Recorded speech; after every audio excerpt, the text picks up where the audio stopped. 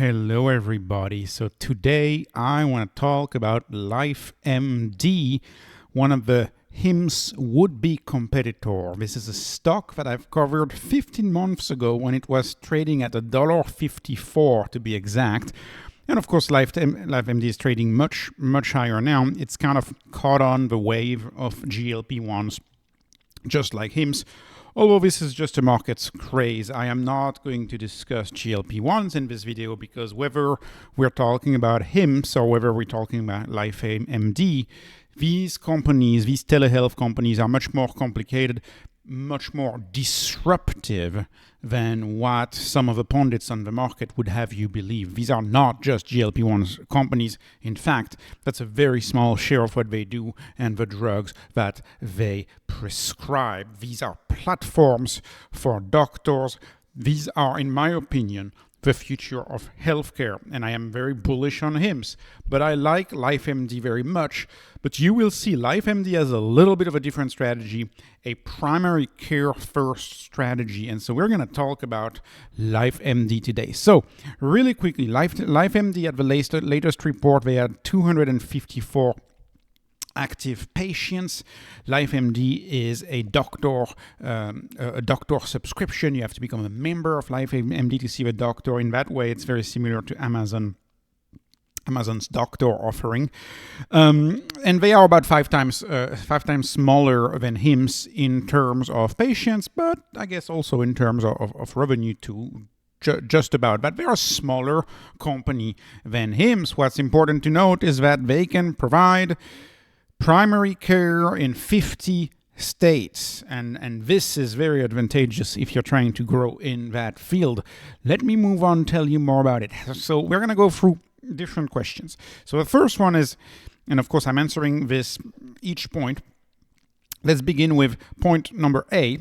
So how does LifeMD differ from HIMSS? Well, it differs first of all because it's not trying to prescribe a treatment per se. It is first and foremost trying to focus on primary care. They have 254 patients in primary care, and they can take on about 800 to 1,000 new patients a day. And of course, primary care is kind of a different business where you get to meet your provider over and over again, and you get to be followed over the long run. So their disruption here at LifeMD, in my view, is more of disrupting the mom and pop doctor's office, which are still very common in the US.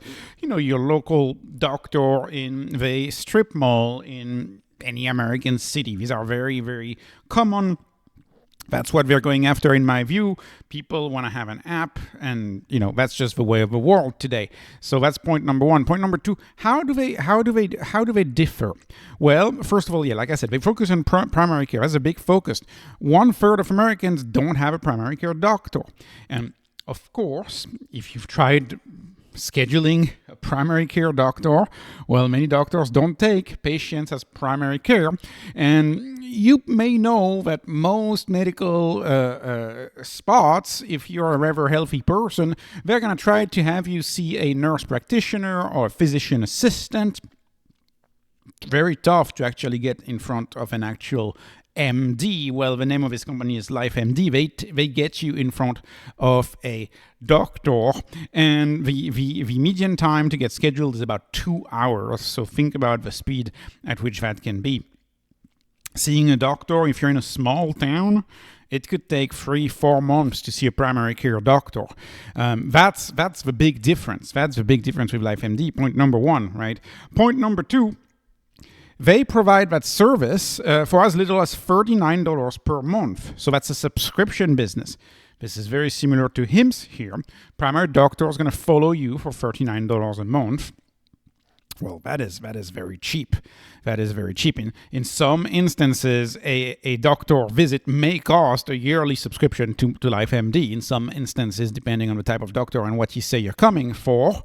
So that's point number two. Then the cost, of course, of healthcare is an issue, and because of that, some people can't access it because it's costly. And this is the overlap with HIMSS, because we're a fully digital company with fully digital health providers, sovereign doctors that are working digitally because of that, very able to prescribe if needed, but at least to consult. They're able to consult for much cheaper than a physical brick and mortar office could ever do.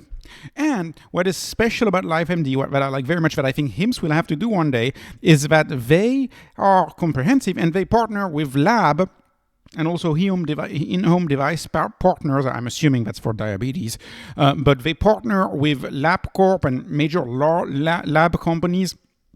And that's always been one of the downside of HIMSS, is that you may not have access to your lab. So they partner with physical stores, locations in your community where you can go do your lab work. I think that's innovative, and that's why they're going for primary care as opposed to going to like fairly well-defined treatments and pills. That's the HIMSS strategy.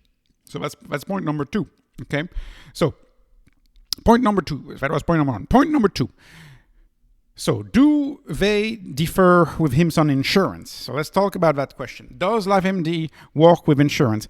Well, no, it does not. And again, this is not a bug.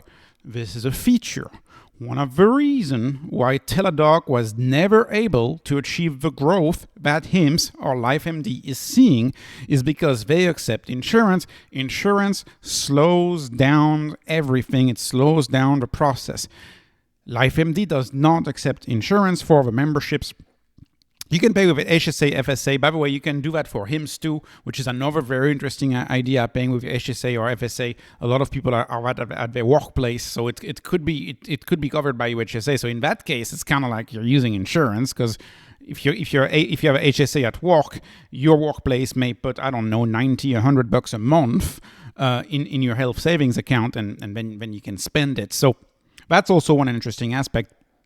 But no, they don't accept insurance to cover the cost. And because they don't accept insurance, what that means is that they have a business model that is much more similar to, say, a GoodRx. So GoodRx, like, they give you discount, right? So they give you discount on things like labs, but they give you discount on things like drugs. I'll get to that in a second.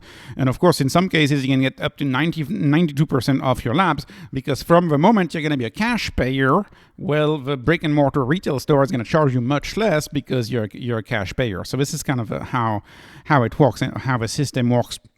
So they're much more like a GoodRx. Like I said, they provide you 92% of your prescription, up to 92% off. This is the same as having the GoodRx app on your phone and trying to go see the doctor and say, hey, I got this coupon, and sometimes paying out of pocket just with the coupon without using your prescription's insurance. Sometimes that is cheaper to do that in the US. They always check about. Actually, doctors, you may know this, doctors sometimes they will pull up the GoodRx coupon for you, and they'll say, "Oh, install the app, and you can just use that coupon, and it's going to be cheaper than your insurance."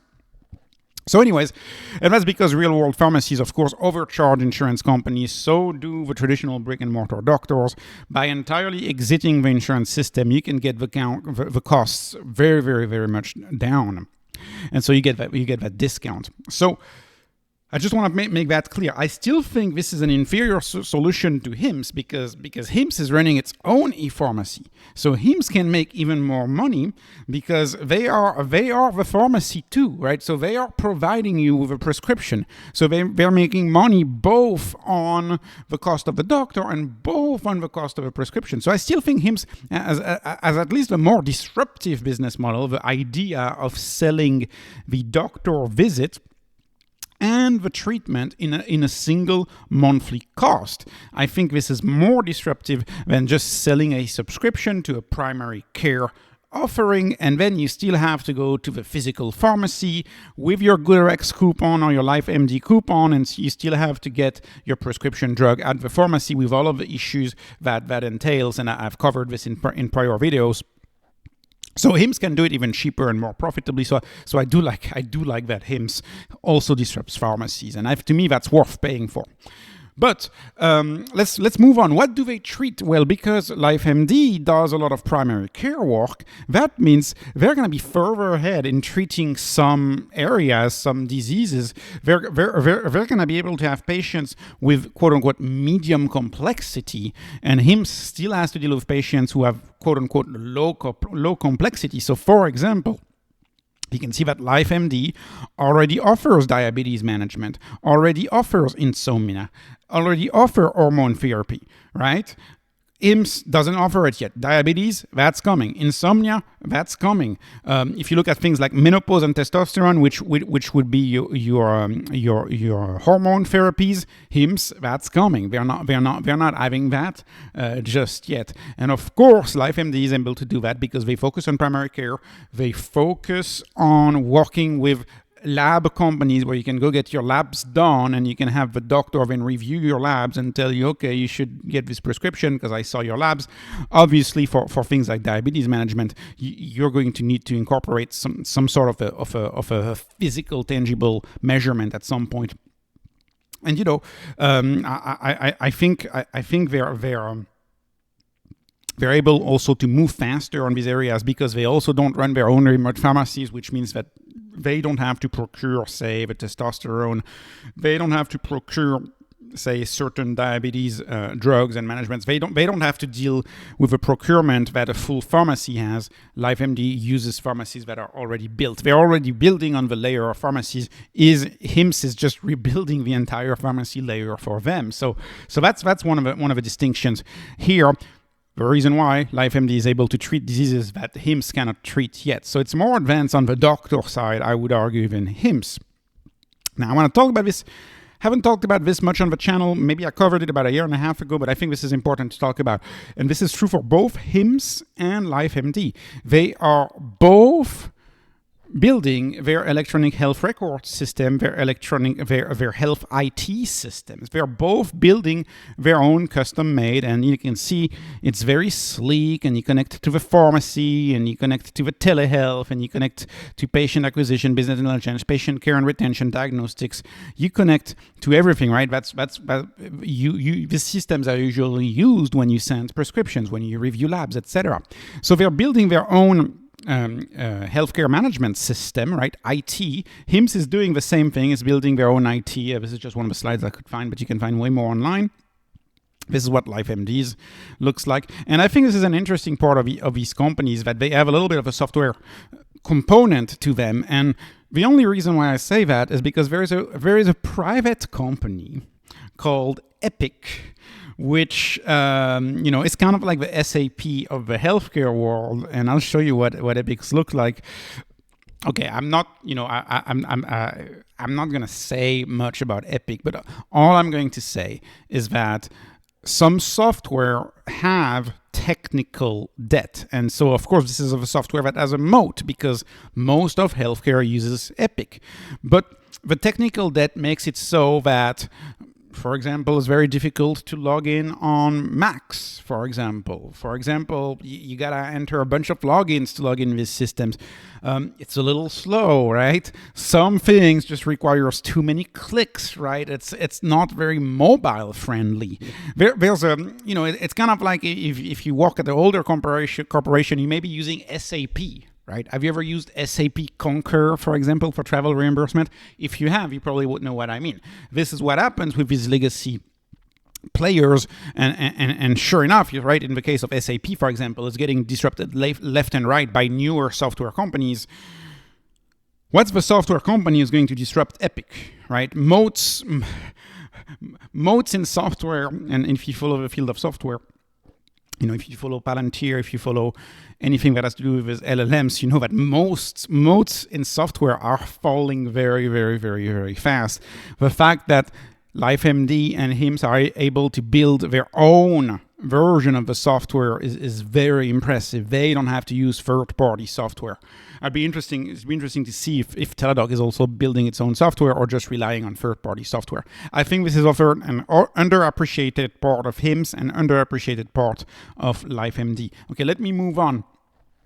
So how do they compare to HIMSS once again? So one of the things that they do that is very similar to HIMSS, of course, where they are a competitor, is direct to consumer telemedicine. That's for sure the competitor of HIMSS. The main distinction: HIMSS mails you the drug. LifeMD, you get the prescription. They have systems where you can get it mail ordered, but it's not it's more like a legacy system. It's just like if you were in the real world and you see a doctor and you're like, oh, why don't you send the prescription to my mail ordering service for pharmacy? That's just a third party company. It's not as straightforward, not as easily understood, I think, to the eyes of a consumer, not as easily understandable as an offer like HIMSS. But nonetheless a competitor, direct competitor. Then they are also an Amazon competitor, and much more of an Amazon competitor here than a HIMSS competitor, because HIMSS has a very tiny primary care offering, doctor's visits, right? Not necessarily primary care, like proper primary care. So that right there is almost a blue ocean for them. I mean, they have competition with Amazon, but they have a head start on that offering, and it seems to me like when I see the numbers and when I see the growth, it seems to me like their virtual doctor, the virtual LifeMD doctor, it seems to me is doing very well. And so for those patients who want to have a primary doctor because they have an ongoing condition that say is a little more complex, like diabetes that's not well controlled or something like that, then being a virtual primary care, I think is a solid offering, and I like that. And then the last one that they have is an AWS type of offering, or like if you're a SoFi follower, you may say a Galileo type SoFi offering where they can offer employers their own telehealth services and already starts to sell the LifeMD primary care offering to employers, right? HIMSS may do that in the future. They haven't started doing that, but they may. So that's another part of growth for the business of LifeMD. And so I've learned enough through these different slides to tell you that what I understand about LifeMD and what I can conclude about LifeMD. And to make it as simple, as you know on this channel, I describe HIMSS as an eDoctor plus an ePharmacy without the insurance. And of course, because you don't have insurance, I argue in many cases it's cheaper than copays, but even if it's not cheaper than copays, the problem is using insurance in the legacy healthcare system is you don't have transparency in the pricing. Sometimes you have a bad surprise in the mail. 6 weeks after you visit the emergency room or whatever, you get a large bill in the mail because your insurance didn't cover certain codes but covered other codes, right? So of course, operating outside of the insurance business provides such a price transparency, which I think is decisive in getting the patient to act on getting treated on what ails them, right? LifeMD is exactly the same thing, but without pharmacy. They are not an e-pharmacy. You're not going to have things like customized drugs. You're not going to have but also you're going to be less constrained too, because you can prescribe the whole pharmacopoeia of you can prescribe everything that the pharmacy has to offer. So it's also means that they can go further into being doctors. They can be more doctors and less pharmacy. HIMSS, it's kind of like developing a platform. HIMSS has to grow both the doctors and the pharmacy in unison at the same time. Otherwise, and if you follow HIMSS, you know what they do. If they can't help you out when you have a doctor visit, or let's say you go see HIMSS and you have an issue that maybe is more problematic, they will refer you to a local healthcare provider. So they lose the business. I mean, they hope to get some commission on that business, but they lose the business. LifeMD is able to keep the business longer, in my view. So in my view, LifeMD, I look at it as a disruptor of mom and pop doctors. It's a big pie. It's a big business, but to me, it's not as big as the doctors and the pharmacies together. I obviously prefer a company that disrupts both, because pharmacies are struggling. Actually, I recommend one of the presentation by Aswat Domadaran, the Dean of Valuation. He made a video on the decline of pharmacies right now in the US and what's happening over there. Right, HIMSS, in my view, is definitely helping. We don't need 45,000 pharmacies in the era of same-day shipping. We just don't, and they're built out. But we just don't need it. People want to get stuff through the mail. That's the way of the world today. So So that's for the thing that I like less about LifeMD. What I like more about LifeMD, which I think HIMSS needs to do that in the future. What I like about LifeMD is that they integrate lab testing companies, and so I really hope that this is going to be coming for HIMSS, because HIMSS is leaving money on the table. Like, for example, let's say STD testing, right? HIMSS could provide an offer which is, it's both a doctor and also the lab company, and you get STD tested. And so usually, like, getting STD tested, but I could take an instance that is say less sad. I could take a happier instance, like, for example, pregnancy confirmation, right? You take the pregnancy test and you want to have confirmation that it's actually true, that it's actually real, right? How do you do that? How do you do pregnancy confirmation? Well, you take the at-home test, like the $3 test, and then you take another test, and then you take a third test, and you go, okay, the test tells me I'm pregnant. So what do you usually do next step? You take an appointment with a doctor, you go see the doctor prescribes you lab tests, and then you go back and chat with the doctor, and the doctor says, yeah, you're pregnant, congratulations, and then they refer you to a gynecologist. That's typically how it works. Well, that could be a big business for HIMSS, right? They could have a pregnancy confirmation business, an STD testing business, because you can buy this with the lab tests companies, and you can go straight with lab test companies, but you don't necessarily have a doctor to interpret it for you. Many people need that kind of hand-holding, where you have someone actually interpret the results for you. That's customized service, that human touch that people still need. I think that's a business that HIMSS is leaving on the table. LifeMD is not, by incorporating lab testing companies. And maybe HIMSS is working on a remote lab test of some kind. I don't know how that would work, but there's a lot of things that they could do. I mean, GLP-1s have now normalized shipping these needle type pens. That's what GLP-1s have done. You go a few years back, let's say a decade back, people didn't think about injecting themselves with needles. So the world is somewhat changing here. The world of healthcare is changing. Sorry if that sounded funny. Anyways, so how has LifeMD fared since my last video on the stock? So my last video on the stock was about 15 months ago, and back then I was looking at the leaps. This is a screenshot from my video from 15 months ago. I was looking at the leaps. The stock was trading at $1.54, and I was like, well, you know what? If you buy the leaps, and if it goes to this price, this is how much money you can make.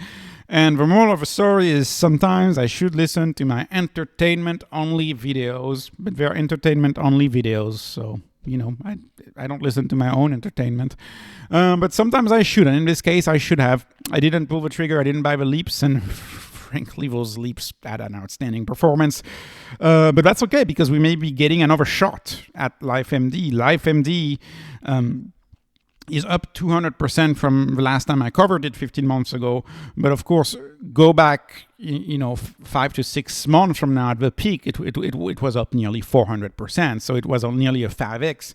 Now we're back at a 3x. But I do find that a lot of the risk has been removed from LifeMD, because LifeMD is now EBITDA profitable. They're not bleeding cash. Their revenue growth has picked up. We'll get to that in a second. And they're also on a discount right now compared to HIMSS. HIMSS compared to the peak, the GLP-1 induced peak.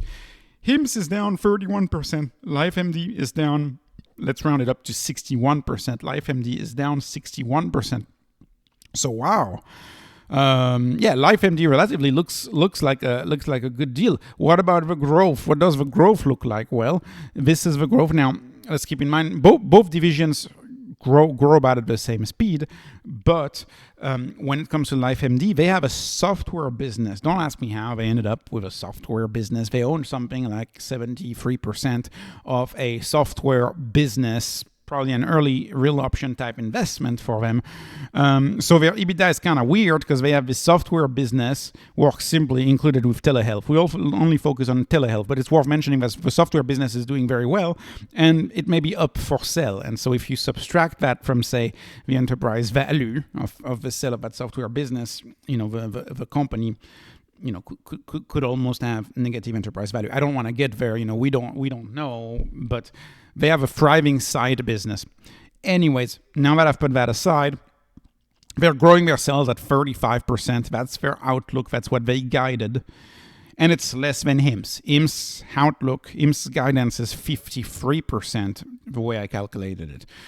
And that's understandable because LifeMD is still somewhat dependent on the pharmacies and the lab test. It's still the real world. It's still a primary care. You're not rewriting the book. I would argue the disruption that LifeMD is doing is milder than the disruption that HIMSS is doing. HIMSS is proposing an entirely new way to access healthcare, right? LifeMD is kind of like an old new way to access healthcare. It's proposing a primary care doctor, a well understood concept, but kind of in a Web 2.0 way where you do it on an app without an insurance. So they have business model innovation. There's innovation, but I say it's not as 0 to 1 type of innovation as HIMSS. Nonetheless, growing sales at 35%.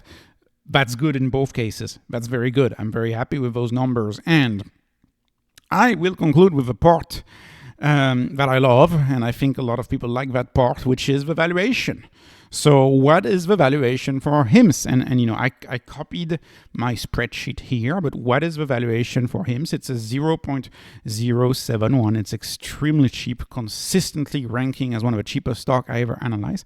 And LifeMD, guess what, is almost 2 times cheaper than HIMSS. LifeMD is trading 45% off compared to HIMSS, 60% off compared to the peak that I just showed.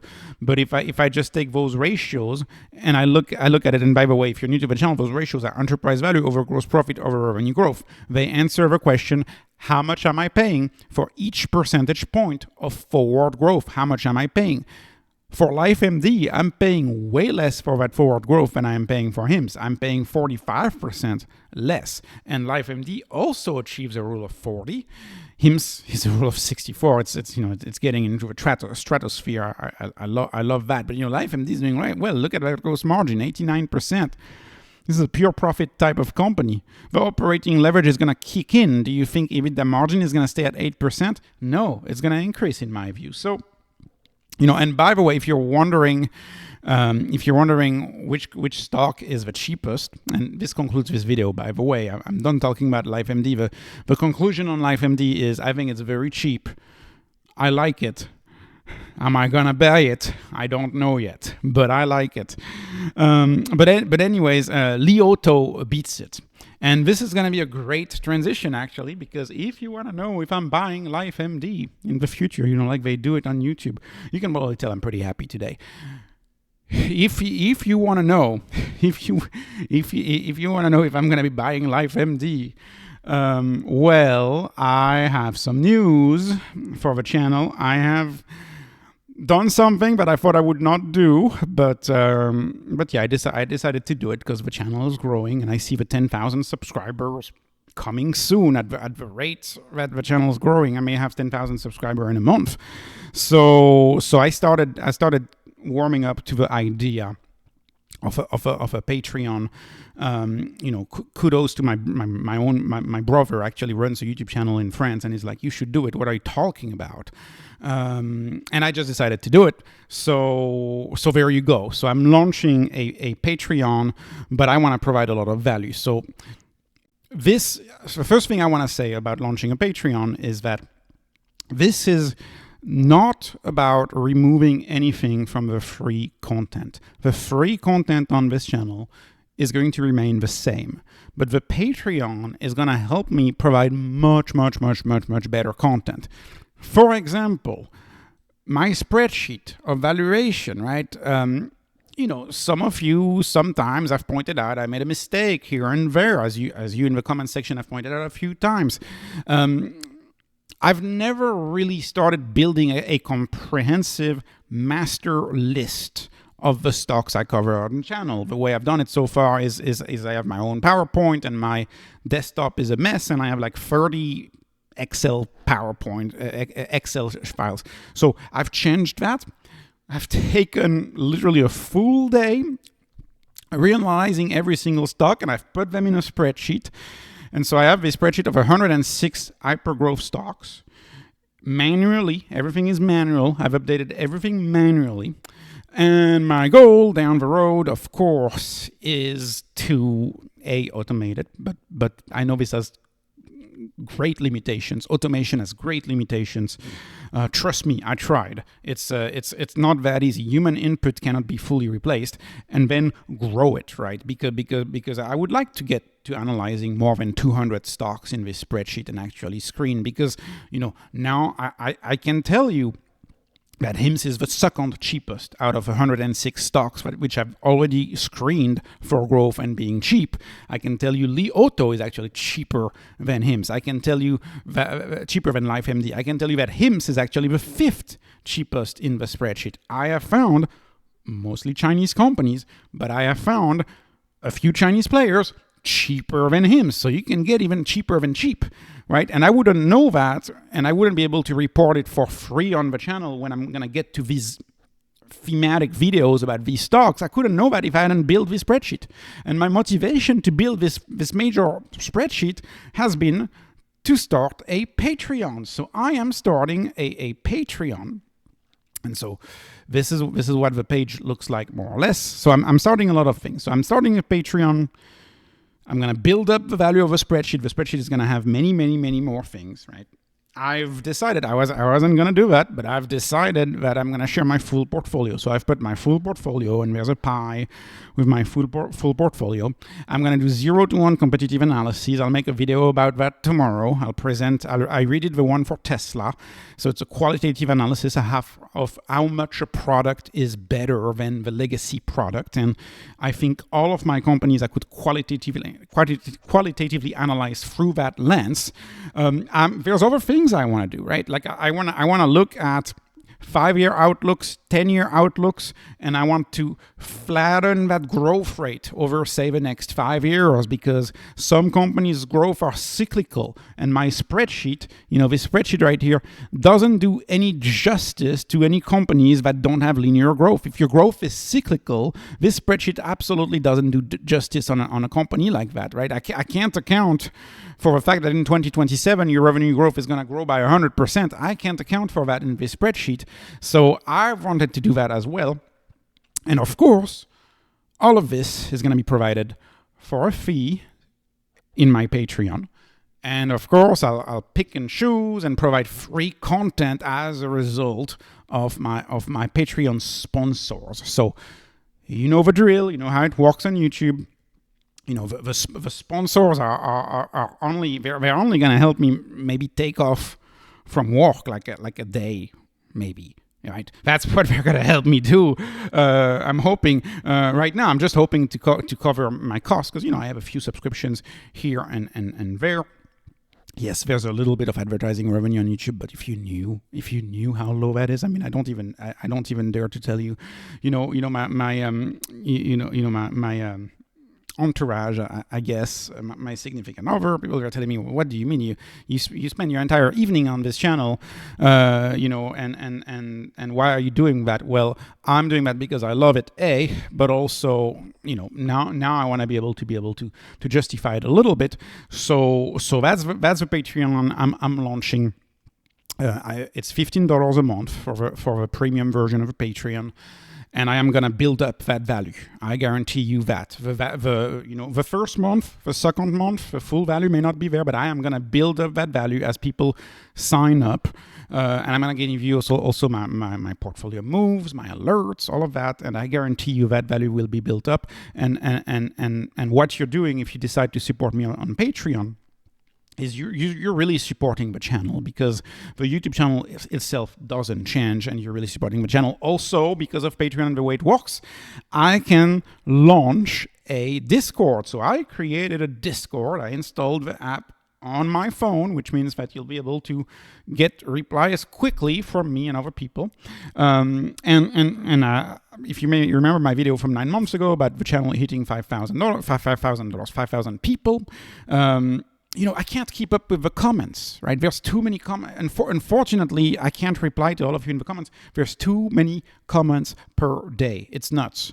So by having this limited amount of people type of Patreon and limited amount of people access to the Discord, then I can interact in a more personalized way. So this is it. I'm launching it.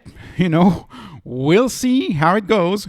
I personally subscribe to a few Patreons, and I've been very happy with a few Patreons I subscribe to. And so if you're interested, go ahead. If you're not, that's okay. I'm still very happy to have your likes and your subscribes to my channel. And I'll conclude with my usual, this is not investment advice. This is not financial advice. This is just entertainment. Please like, please subscribe. I will add a sponsored by Patreon link here soon. And thank you all for your support, and I'll see you all in the next video.